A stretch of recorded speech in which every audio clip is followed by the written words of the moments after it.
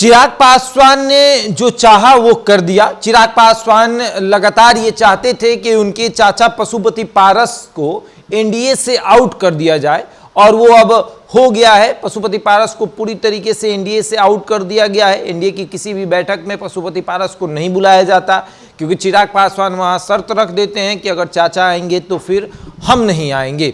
और इसको लेकर कई तरह की बातें सामने आई। पहले देखिए, पहले लोकसभा चुनाव आया, उस समय पशुपति पारस को ये अहंकार था कि हमारे साथ कुछ भी गलत नहीं होगा, हमारे साथ भारतीय जनता पार्टी बिल्कुल ही गलत नहीं करेगी। लेकिन गलत हो गया, टिकट नहीं दिया गया। और जब टिकट नहीं दिया गया तब इससे ज़्यादा गलत क्या हो सकता है। पशुपति पारस को एक बड़ा झटका लगा। पशुपति पारस ने सोचा कि अपने आप को संभाला जाए और भारतीय जनता पार्टी को फिर से कहा जाए कि हम आपके सहयोगी हैं। फिर भारतीय जनता पार्टी ने एक बड़ा झटका दिया, उन्हें राज्यसभा नहीं भेजा। फिर पशुपति पारस को लगा कि कोई बात नहीं, विधान परिषद की सीटें खाली हुई हैं, उन पर हमारे किसी घर के सदस्य को या फिर पार्टी के किसी सदस्य को विधान परिषद एनडीए के कोई दल जो है वो मेहरबान होकर भेज देंगे। लेकिन इसमें भी बड़ा झटका लगा। जेडीयू ने वो सीट अपने पाले में रखी और कह दी कि इस पर हम किसी को भेजने वाले नहीं हैं।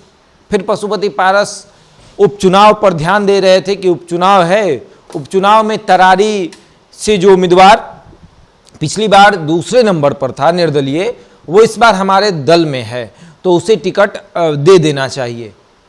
तो फिर पशुपति पारस को एक और झटका लगा और तरारी के उम्मीदवार सुनील पांडे और उनके बेटे को भारतीय जनता पार्टी ने अपने दल में शामिल करा लिया।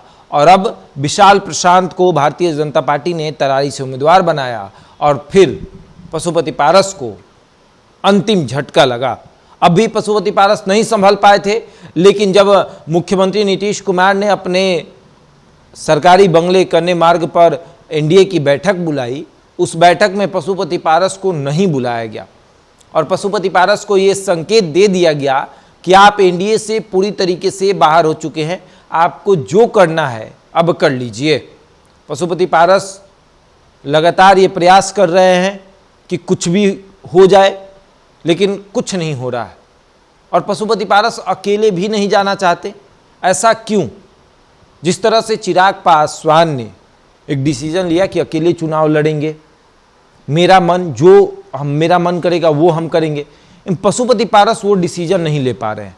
पशुपति पारस सोच ही नहीं पा रहे हैं कि करना क्या है, किस तरह से चीज़ों को हैंडल करना है। वो प्रयास तो कर रहे हैं, लेकिन उस तरीके से अपनी बातों को या यूं कहें कि अपनी चीज़ों को दर्शा नहीं पा रहे। पशुपति पारस लगातार भारतीय जनता पार्टी के पक्ष में बोलते रहे, लेकिन भारतीय जनता पार्टी ने उनके साथ धोखा किया। अब तो उनका जो पटना में प्रदेश कार्यालय था उसे भी खाली कराया जाएगा, और वो भी जबरन, क्योंकि पशुपति पारस खाली कर नहीं रहे हैं तो उसे जबरन खाली कराया जाएगा। यानी वो दृश्य फिर से दिखेगा जो चिराग पासवान के साथ दृश्य दिखा था, जो दिल्ली के उनके पिता का जो बंगला था उसे खाली कराया गया था। तब चिराग पासवान ने चीख चीख कर कहा था कि मेरा एक घर गया है, लेकिन 1000 घर बाकी है, सबके दिलों में मेरा घर बना हुआ। लेकिन पशुपति पारस की एक्टिविटी ये बता रही है कि वो राजनीतिक रूप से खत्म होने का प्लान पूरी तरीके से बना चुके हैं, या रिटायर होने का प्लान बना चुके हैं कि अब रिटायर हो जाना है। 8 बार के विधायक रहें, राज्य में मंत्री रहें, उसके बाद केंद्र में मंत्री रहें, सांसद बने, तो अब इससे बड़ा सपना और क्या ही देख सकते हैं। चलो छोड़ो, अब रिटायर हो जाते हैं। पार्टी पूरी तरीके से खत्म हो गई।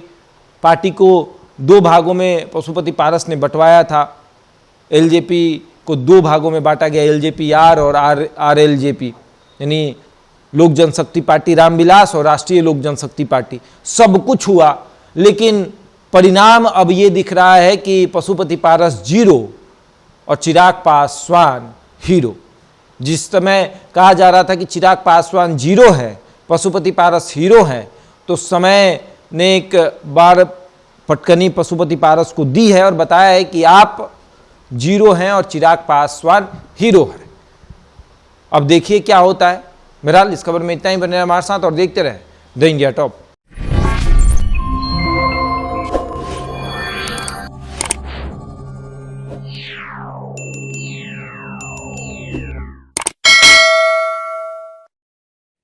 नमस्कार, मैं रवि नारायण सिंह, आरपीआई प्रदेश अध्यक्ष, आप सभी को धनतेरस, दीपावली, छठ महापर्व, भाई दूज एवं चित्रगुप्त पूजा की ढेर सारी शुभकामनाएं देता हूं। आपका भाई, आपका बेटा रवि नारायण सिंह सदैव आपके साथ है और इस महापर्वों के महीने को भगवान आपके लिए बहुत ही आनंदमय बनाए, यही मंगल कामना करता हूं। प्रणाम।